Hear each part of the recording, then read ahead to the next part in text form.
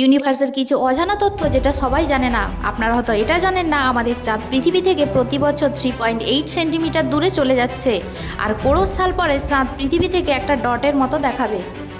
কিন্তু ঠিক ওই টাইমে আমাদের সূর্য রেড জায়েন্ট হওয়ার প্রসেস চালু করে দেবে, যার জন্য আমাদের সোলার সিস্টেমে ডাস্ট পার্টিকেল ভরে যাবে। এই সোলার উইন্ডস চাঁদকে পৃথিবীর দিকে টেনে আনবে, আর পৃথিবীর গ্র্যাভিটি চাঁদকে নিজের দিকে টানবে। তখন আমাদের চাঁদ ও পৃথিবীর সাথে বিস্ফোরণ ঘটে যাবে, এবং এই বিস্ফোরণের ফলে পৃথিবীর চারিদিকে শনির মতো বলয় তৈরি হবে। নেক্সট, প্লুটোকে 2006-এ সায়েন্টিস্ট প্ল্যানেট মানতে অস্বীকার করে এবং একটা ডট প্ল্যানেটের উপাধি দেয়। কিন্তু রিসেন্ট স্টাডি থেকে জানা যায় প্লুটোতে ভবিষ্যতে জীবন নিশ্চিত হবে। আজ থেকে 500 করোড় সাল পরেই সূর্য একটা রেড জায়েন্ট হয়ে যাবে, এবং আমাদের সূর্য এত বড় হয়ে যাবে যে এটি মার্কারি, ভিনাস ও পৃথিবীকেও খেয়ে নেবে। সূর্যের টেম্পারেচার এতটাই বেড়ে যাবে যে প্লুটোর সব বরফ গলে যাবে, এবং প্লুটো হয়ে যাবে জীবনদায়ক গ্রহ।